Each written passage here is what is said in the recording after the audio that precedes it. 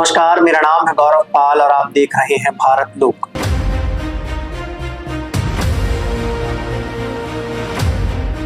किसी जगह पहुंचने के लिए आप जिस गूगल मैप का इस्तेमाल करते हैं, अगर वो आपकी मौत का कारण बनने लगे तो क्या आप उस मैप का इस्तेमाल करेंगे? जी हाँ, ये बड़ा सवाल है जो इन दिनों खूब पूछा जा रहा है,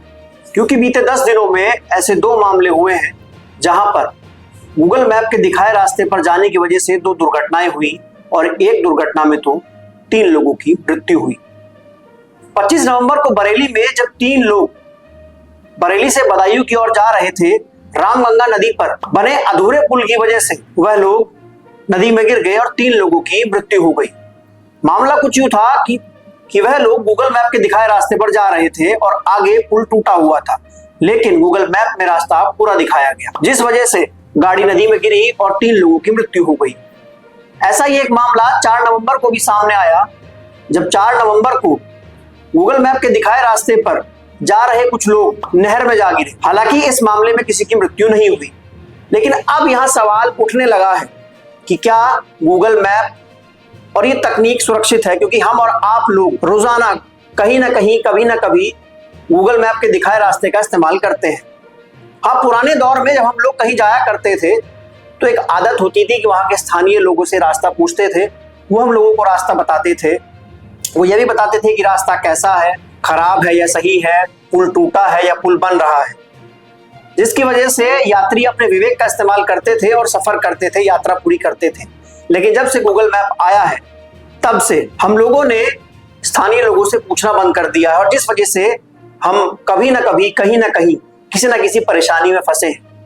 या तो किसी जाम में फंसे हैं या फिर रास्ता भटक गए हैं। अब इन घटनाओं के बाद सवाल हो रहे हैं, जवाबदेही तय हो रही है कि आखिर इन दुर्घटनाओं के लिए कौन जिम्मेदार है, गूगल मैप या सरकार या फिर इस्तेमाल करने वाले लोग। हालांकि हमारे देश में अभी ऐसा कोई कानून नहीं है जहां पर तकनीक की लापरवाही की वजह से गई जान को लेकर कोई सजा दी जा सके, लेकिन ऐसा कानून बनाने की जरूरत अब महसूस होने लगी है। जब इस पूरे मामले में सरकार से पूछा गया तो सरकार ने ये कहते हुए पल्ला झाड़ लिया कि हमारी कोई गलती नहीं है, पुल टूटा हुआ था, गूगल मैप ने रास्ता क्यों दिखाया,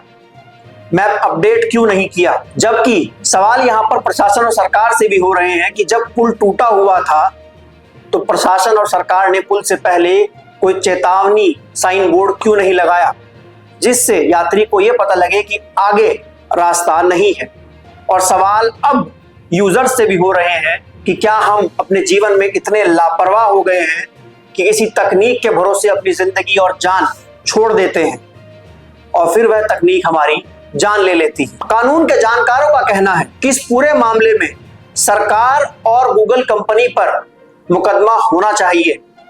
जवाबदेही तय होनी चाहिए और उन पर दंड लगाया जाना चाहिए, ताकि जो पीड़ित परिवार है, मृतकों के परिवार हैं, उनको मुआवजा देकर उनकी मदद की जा सके और आने वाले समय के लिए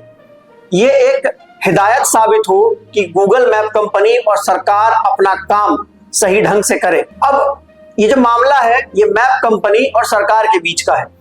दोनों एक दूसरे पर आरोप प्रत्यारोप लगा रहे हैं। पुलिस ने पुल निर्माण के 4 इंजीनियर और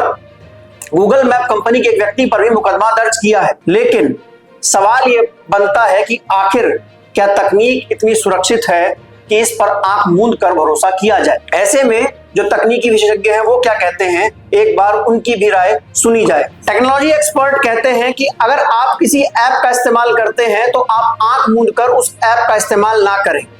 क्योंकि ऐप जो है वो मुसीबत पड़ने पर अपनी जिम्मेदारी से पल्ला झाड़ सकता है।